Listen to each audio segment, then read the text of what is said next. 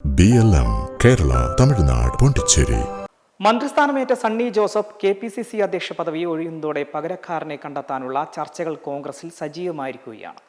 5 ലോക്സഭാംഗങ്ങളും ഒരു MLAയും രംഗത്തുള്ള മത്സരത്തിൽ 8 തവണ ലോക്സഭാംഗവും നിലവിലെ KPCC വർക്കിംഗ് പ്രസിഡന്റുമായ കൊടിക്കുന്നിൽ സുരേഷിന് മുൻതൂക്കമുണ്ടെന്നാണ് പാർട്ടി കേന്ദ്രങ്ങളിൽ നിന്നും ലഭിക്കുന്ന സൂചന. ദളിത് വിഭാഗത്തിൽ സംസ്ഥാന കോൺഗ്രസിന്റെ പരമോന്നത സംഘടനാ പദവി നൽകണമെന്ന വിലയിരുത്തലും അദ്ദേഹത്തിന്റെ സാധ്യത വർദ്ധിപ്പിച്ചിട്ടുണ്ട്.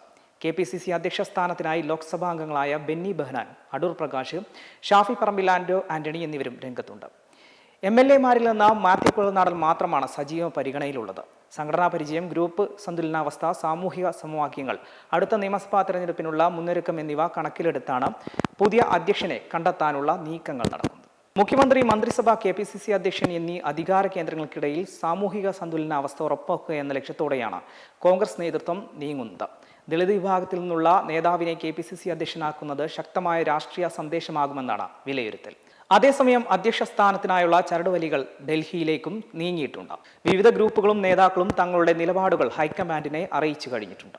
ദീർഘകാല പാർലമെന്ററി പരിചയം, സംഘടനാ രംഗത്തെ സജീവ സാന്നിധ്യവും സാമൂഹിക പ്രാതിനിധ്യവും കണക്കിലെടുക്കുമ്പോൾ കൊടിക്കുന്നിൽ നിലവിൽ മേൽക്കൈയുണ്ടെന്നാണ് കോൺഗ്രസ് വൃത്തങ്ങൾ വിലയിരുത്തുന്നത്. 2021 K. സുധാകരൻ KPCC അധ്യക്ഷനായതിനു ശേഷം സംസ്ഥാന കോൺഗ്രസ് സംഘടനയിൽ വലിയ മാറ്റങ്ങളുണ്ടായത്. UDF അധികാരത്തിലെത്തിയ സാഹചര്യത്തിൽ സംഘടനയെയും സർക്കാരിനെയും ഒരേപോലെ മുന്നോട്ട് കൊണ്ടുപോകാൻ കഴിയുന്ന നേതാവിനെ കണ്ടെത്തുക എന്ന വെല്ലുവിളിയാണ് ഹൈക്കമാൻഡിന് മുന്നിലുള്ളത്. പുതിയ അധ്യക്ഷനെ സംബന്ധിച്ച അന്തിമ തീരുമാനം ദിവസങ്ങൾക്കകം ഉണ്ടാകുമെന്നാണ് സൂചന. BLM കേരള തമിഴ്നാട് പോണ്ടിച്ചേരി.